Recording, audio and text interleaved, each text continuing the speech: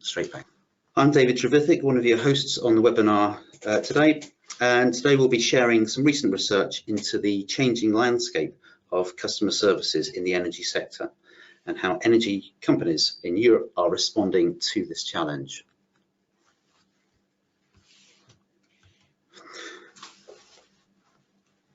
Today there's myself, David Trevithick, on the line. I'm based in Scotland today, and Nigel in England. So Nigel, are you on the line? Hi, thanks David. Hello everybody. Thanks. And we've both been researching this exciting and fast-moving market. There will be a copy of the slides and a recording of the webinar available after the event, so do let us know if that would be useful to you. The webinar is scheduled to last 45 minutes, and there'll be an opportunity to ask questions about this. And in terms of questions, you should be able to see a box on the GoToWebinar software that you're on the sidebar there to ask questions. So we'll make sure there's a little bit of time for questions at the end, or even come to them through the discussion if we can. We'll also be running a few polls to keep the audience participation up, so that should be good. And these will appear in the software also when we start them. I would just like to give a short introduction to Delta EE for those that don't know us. Apologies to those who have heard this before, but I feel it's important for those that are new to us to understand who we are. So briefly, as we all know, the energy sector is going through unparalleled change with a transition towards decarbonisation, decentralisation and digitalisation. Delta EE enables energy organisations to develop then the best sort of strategies, the best business models and the best customer propositions for this energy transition. And we do this in two ways, through subscription research and through consultancy services.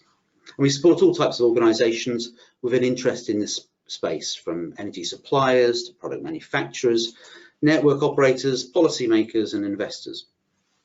And clients work with Delta EE really because of our unparalleled research base, which provides both depth and breadth of expertise.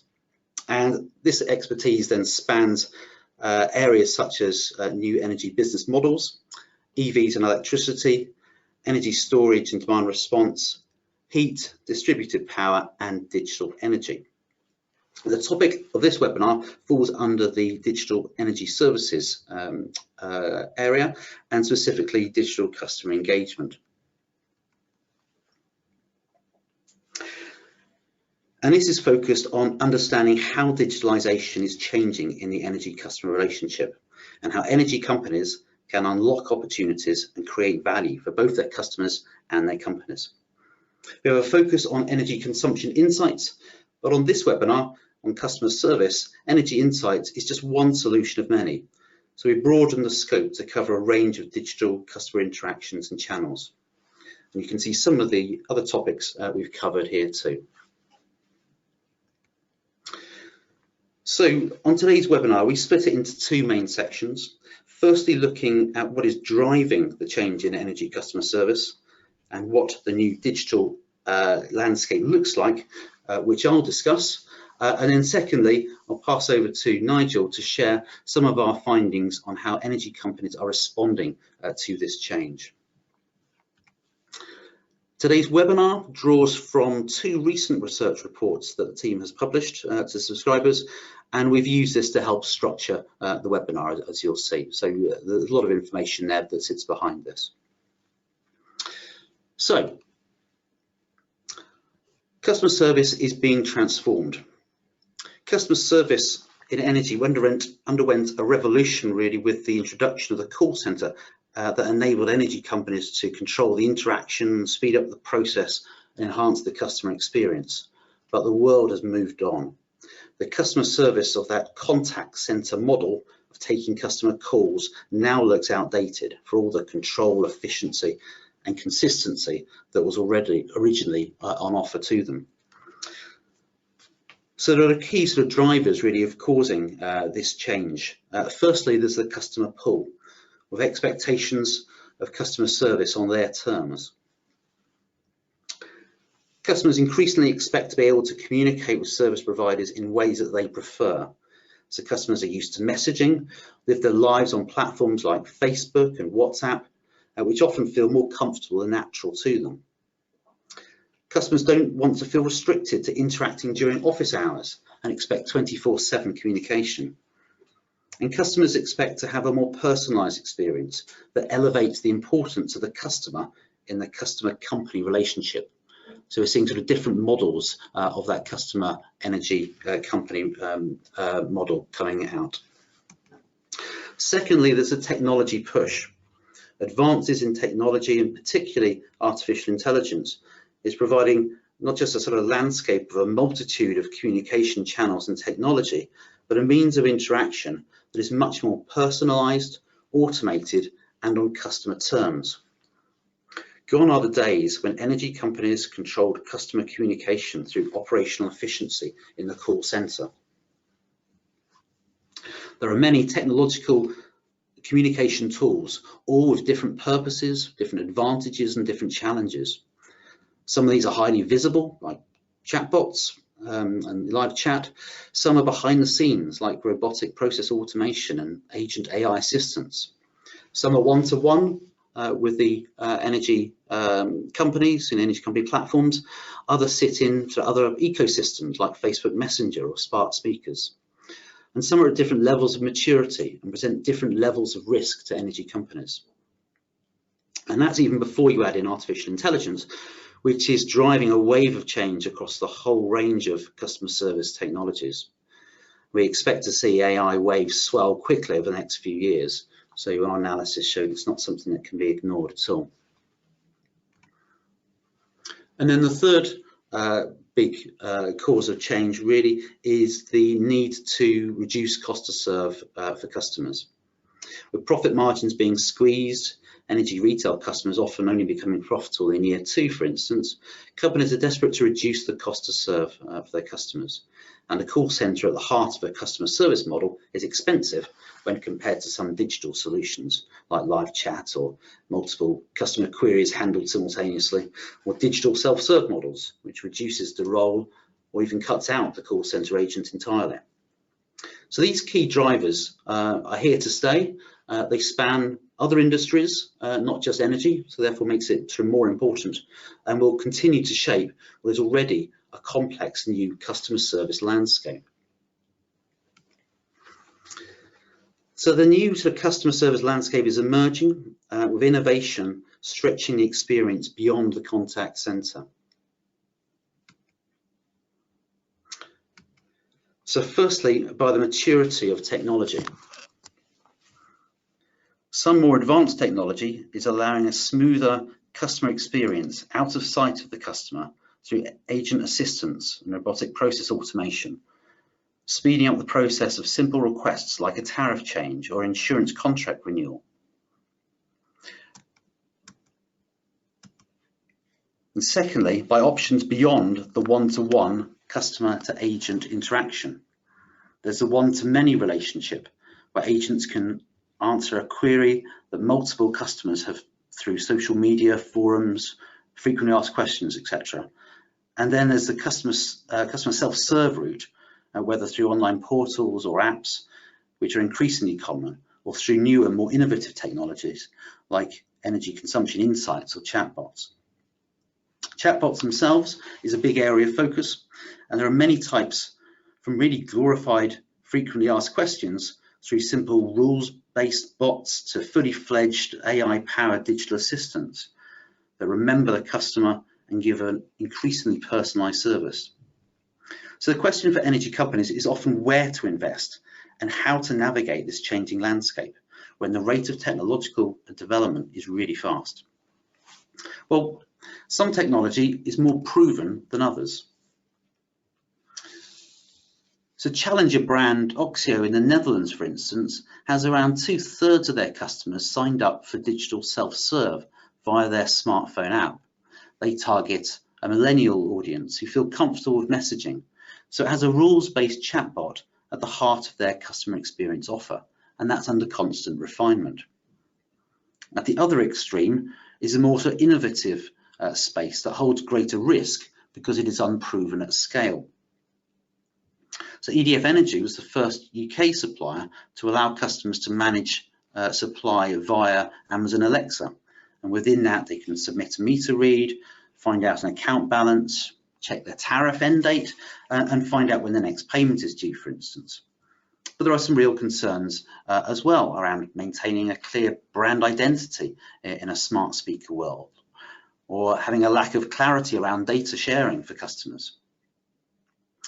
So all in all, this new technology will give customers far greater choice. But it's the customers themselves who will decide when, how, or even if they wish to communicate on these platforms. Overall, we see the number of human-to-human interactions reducing, though the quality of those interactions may well improve as operators have more time to explore these more sort of complex queries. And the rising tide of self-service options will normalise the experience of fixing problems without talking to a person. AI will enhance the customer experiences and have a big impact across this landscape, whilst transitional technologies such as social media and live chat are starting to prime users for this change.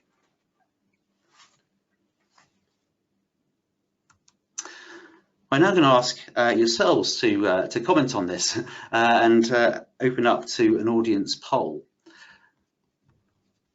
So the question is going to be, how confident are you that energy companies are successfully managing this transformation in customer service?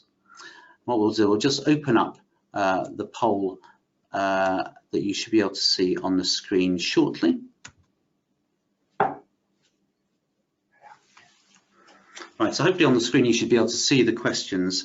So it's a single choice. So how confident are you that energy companies are successfully managing this transformation in customer service? Very confident, quite confident, not very confident, or not at all confident. Starting to see some of the answers coming through. A good half of you have already voted, so we'll keep it going just for a few more seconds. Yeah, the ticks are sort of coming up. We've got about 3/4 of you voting now, so just leave it open for a couple more seconds.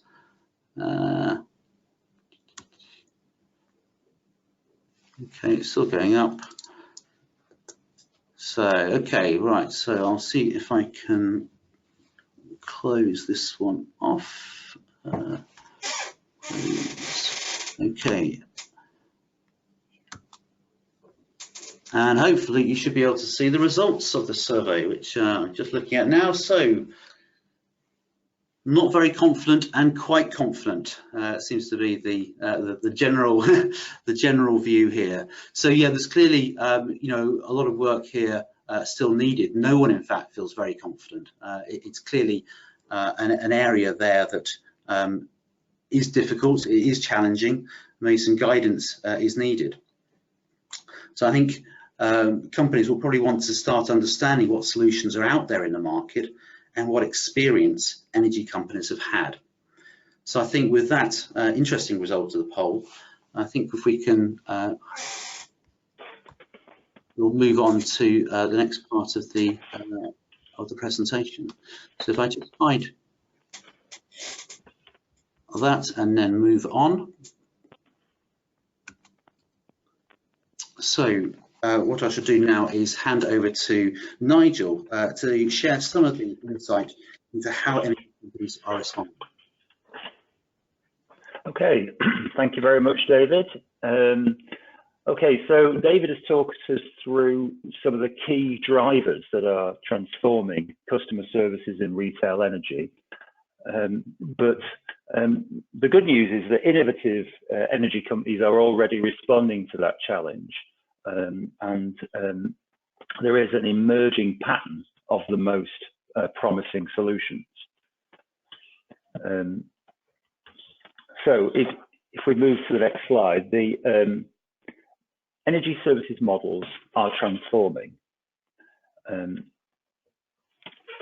fundamental story is one of change from a process mindset to a customer-first focus. Traditionally, energy businesses have focused on operational integrity rather than customer experiences. This is changing as advanced players aim to engage and empower customers. As you can see, there are 3 basic steps on this journey that we're starting to see play out. Execution, this is where we come from. You can consider it as a focus on operational excellence, managing accounts and ensuring that processes are implemented to minimize errors and guarantee integrity. The first step beyond this is into engagement, encouraging customers to interact and share in experiences that the provider creates for them as a business, a brand. And the key word there is experiences, connecting with customers to create those experiences. This lays a platform for empowerment where tools are provided to help customers make decisions or experience a service entirely on their terms, when they want it, how they want it. The prize is to win a share of mind where the provider is embedded in the customer's life. This refocus on the customer is happening in a number of different ways through a series of transitions. As you can see, we've very much drawn out 4 underlying transitions, but all of them are designed to refocus on customer needs and customer experiences as innovative energy companies start to transition from process to customer first thinking. So 1, explaining bills clearly and helping customers understand and control their energy usage in terms that mean something to them, rather than kilowatt hours or similar technical gobbledygook. 2, promoting not just good service, but customer self-service, where sometimes, as David has pointed out, a human agent is no longer even needed. And that may be what the customer wants. They may feel more comfortable in that environment. Oxio's experience has been that the millennial demographic they're aiming at are tolerant of their app as they want to see it work. 3, offering multiple channels that suit customer preferences and allow them to resolve their queries in ways that work for them. So instead of focusing on just minimizing call durations, it's about tailoring to the customer preference.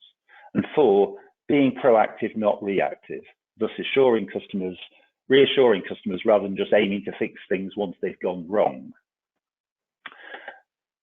All of these transitions exploit the capabilities of new technologies to create new experiences for customers, enabling them to receive energy supply and service on their terms.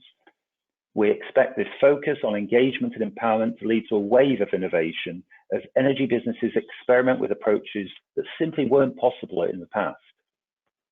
The outcomes will be reduced costs, more flexible, tailored services, and engaged and delighted users who receive more appropriate experiences instead of having to live with unintelligible bills and long waits for call center agents.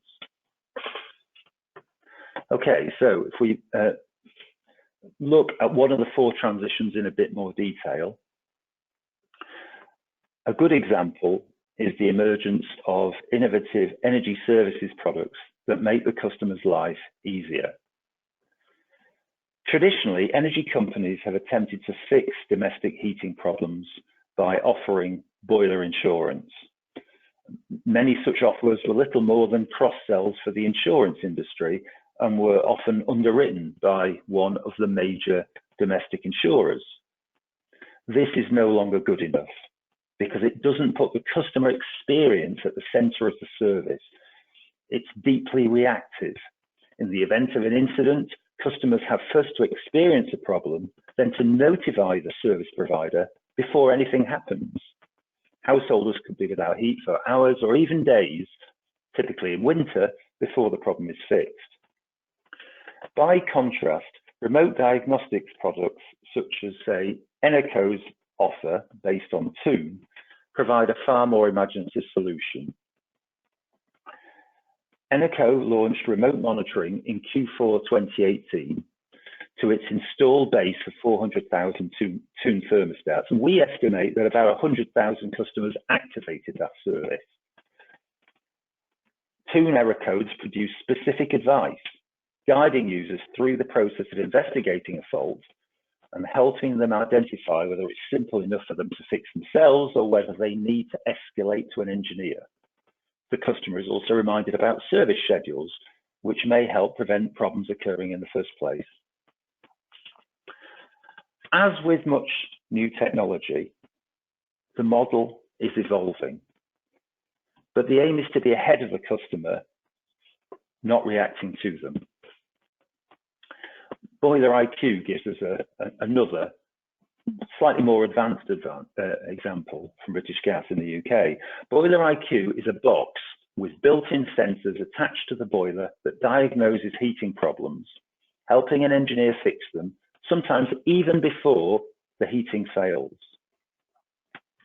When an incident is identified, the customer receives an SMS text message and, if necessary, a support phone call to help resolve it. The fixes range from checks made with the householder's help to engineer visits. British Gas reports that Boiler IQ identifies faults up to 1 day before the customer calls to notify them. This is a proactive, forward-thinking model.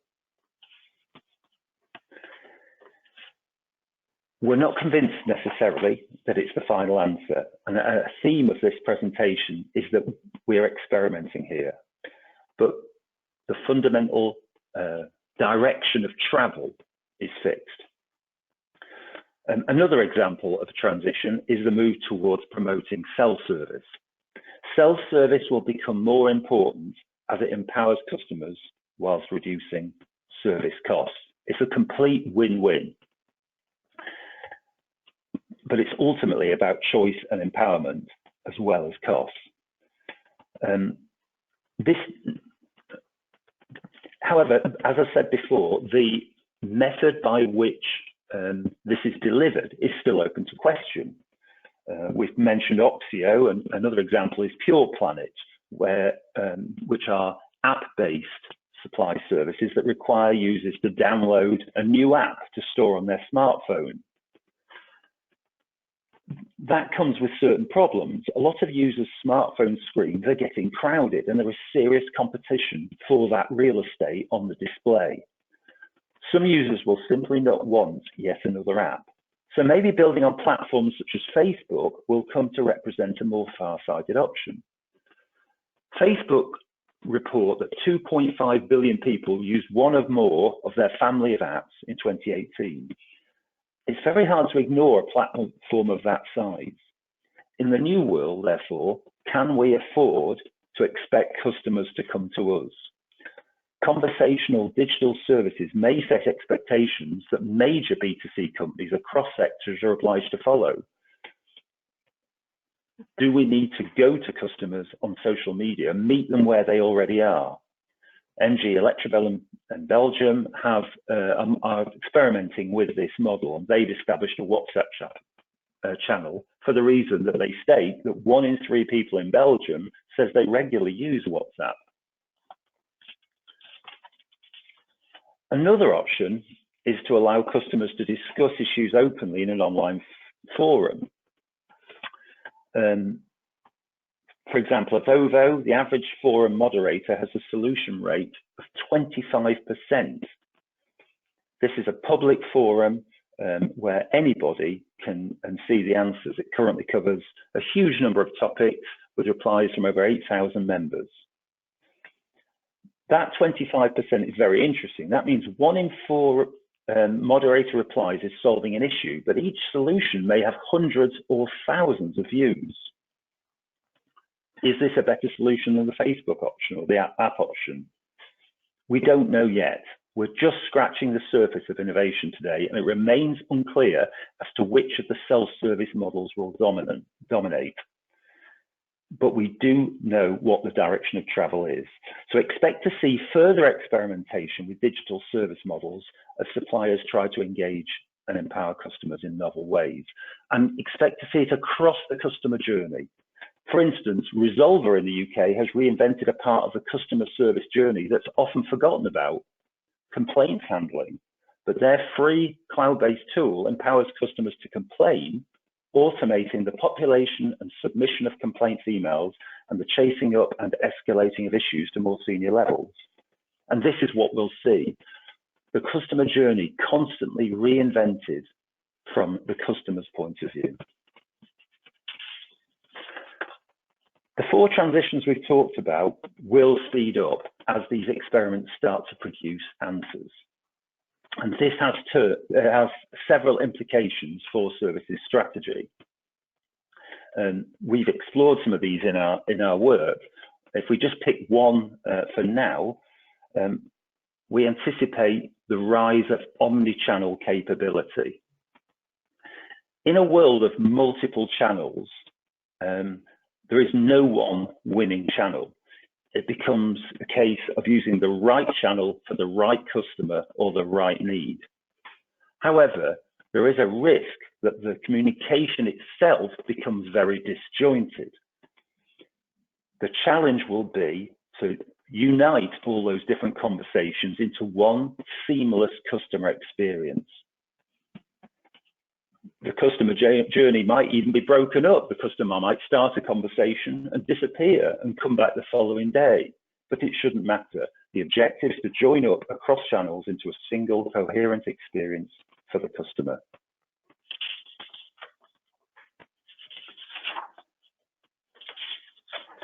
So we've identified 4 transitions that are supporting this refocus on the customer.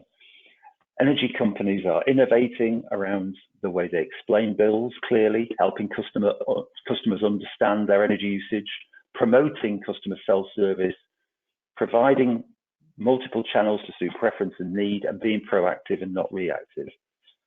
This transition from execution to empowerment has started, but it will take years to play out.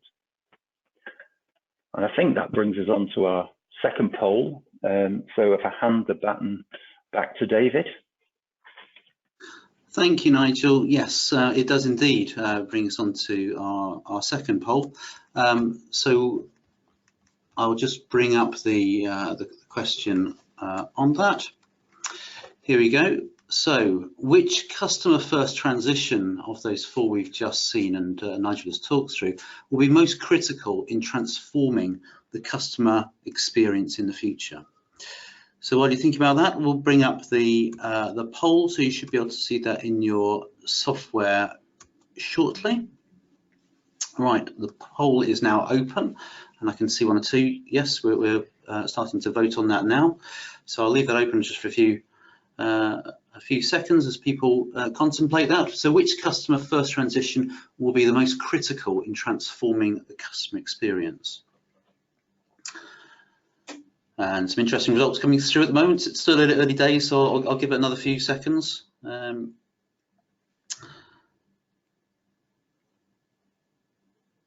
keep going out. People are still sort of ticking over and voting. I'll still leave it open for another 5 seconds. So get your votes in.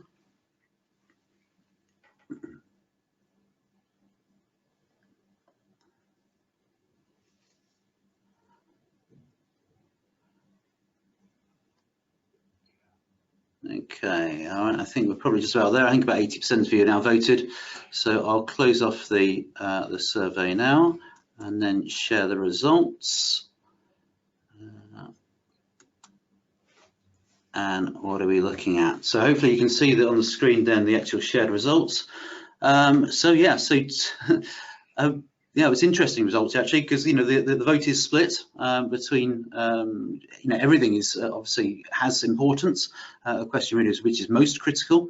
So you've got 2 leading ones there, perhaps explaining energy usage and spend clearly, which we know is a massive sort of customer pain point in energy retail, and also being proactive and reassuring to customers, which is a great example there of boiler diagnostics that we talked through. So yeah, interesting that comes up, but the other 2 certainly not to be ignored, also getting a lot of the vote as well. So promoting that self-service, the win-win for both energy company and customer alike, and providing that channel choice to suit that sort of tailored need. So a lot of interesting stuff I think coming out of that. So it shows there's implications there for where to focus resource and also how much resource and how much to spread across. So I shall now take that poll off and return to the main presentation.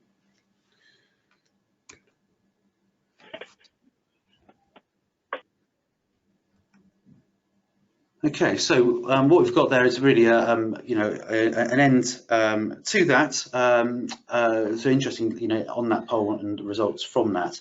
I'm just having a look at the questions that are coming through at the moment. We haven't actually got any questions coming through at the moment at all. Okay. If you've got any questions, do sort of come through quickly on that one. If there are one or two anonymised ones in there or ones people don't want to share, we can come back to you separately on that rather than a public forum like here. But I think clearly there's, a lot to think about coming out of this webinar. There's massive choice, lots of challenges, and deep thinking required, I think, to take some of these challenges on in a serious form. And there's lots of stuff that we've looked at really to take that conversation on to the next level. So I think what we'll do then is, if there are no more questions coming through. So we have one question from Craig Gosling, who says, are there lessons we can learn from other industries, for example, banking? Yeah, no, that's a great question. I think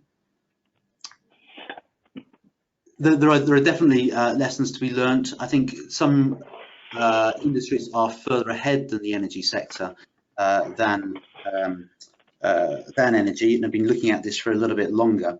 I know we have one or two examples in our report we looked at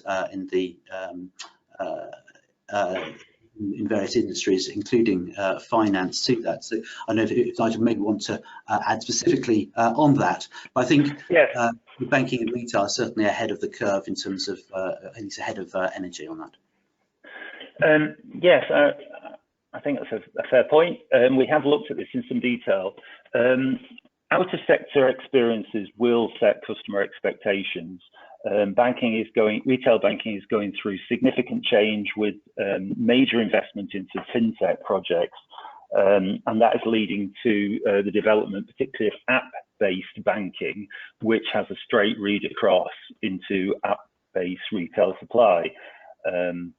Wells Fargo, for instance, have built an app into Facebook Messenger that's quite sophisticated.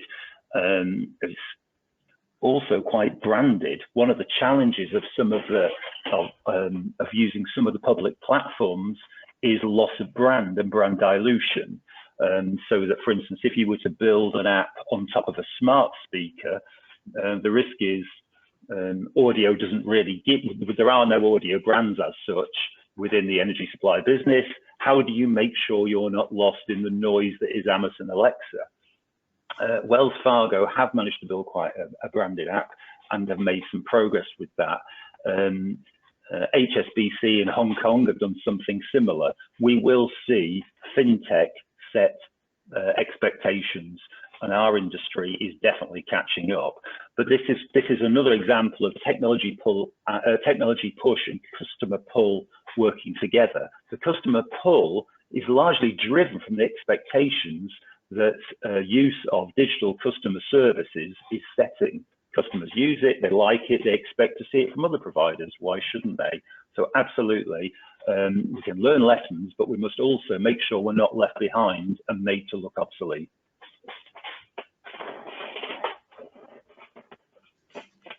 All right, we have another question coming in from Nicholas Balzar, who asks, to what level do energy companies should be coaching the consumer about his energy use, taking further the increasing standard energy use diagram? Yes, so that's a question really around energy consumption insights really, and helping the customer understand their consumption and what they can do to help reduce their spend and their consumption. So yeah, a very valid question, and something that there is a lot of interest and innovation in at the moment in energy retailers around Europe. So yeah, I think it's definitely something on people's roadmap.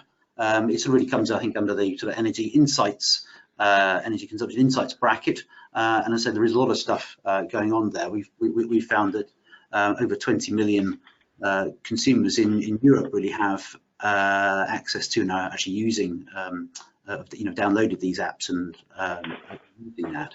So there's definitely a role to play, and I think the level of the energy coach, if you like, is important. It's not just about understanding past behaviour through energy insights or disaggregation, but actually having sort of personalised messaging and tailored advice to help them in terms of what do they do about it, how do they not just understand it, but actually how do you empower them to do something about it. So it's partly a company push side of things, but also a consumer pull. There's increasing demand to do this. In the past they haven't had that, increasingly so they're interested in wanting to be part of the solution, if you like, in their own homes, as well as perhaps the wider societal need for that. So yeah, lots of innovation in that space. There are various companies that are looking at that, either as part of an energy insights package, or within a sort of live sort of within a sort of chatbot sort of environment as well. So definitely something going on there, and a theme, I think, going forward. So there's another question again from Craig Gosling, who asks, we talk a lot about self-services, but how will customer services need to evolve to self-generation, storage, and new use cases around EV and decarbonization? Yeah, another great question. The world's getting more complicated all the time. Yes, I think that is a very good question, and something that, again, some of the leading energy retailers and vendors are looking at. So there are things being explored throughout Europe on that. It really takes things to the next level. We like to think of a customer engagement maturity model, whereby you start off by engaging customers to understand their past behaviour, then you move on to empowering them to actually what can they do about it in the here and now, in the present, whether that's sort of connecting to smart controls, and doing something about it literally right now, to a customer collaboration model, whereby you're acting more as a partner to help the energy consumer and their home with these new energy assets, like say the PV and battery. So this is an integrated system whereby you've got the understanding of your consumption, regeneration, and how to optimize that. Is definitely something that is important and being looked at in Europe. We have also actually written a recent blog on that, which we can find on the website. So I think brings us sort of nicely actually to draw these Q's and A's to a close. I think there might be one or two others on there that we can respond to individually after the event, but I'm conscious we've got only a couple more minutes before we finish off. So as a wrap up, you may also be interested in our regular podcast, Talking New Energy. The latest episode is published this week and looked at the benefits of smart meters and their role in transforming customer relationships. So I think there's interesting stuff in there, well worth a listen, particularly in response to the last question In fact, there is definitely something in there, and as I say, there's also a blog that helps answer that. And also the Digital Customer Engagement Service is always keeping up to date with the energy consumptions insight sector. And of course, there are 2 reports that takes today's webinar and goes deeper with much more energy company examples. So do get in contact if you wish to continue the dialogue on that. Otherwise, it leaves me to say, on behalf of Nigel and myself, thank you for joining us. I hope you found that useful, and goodbye.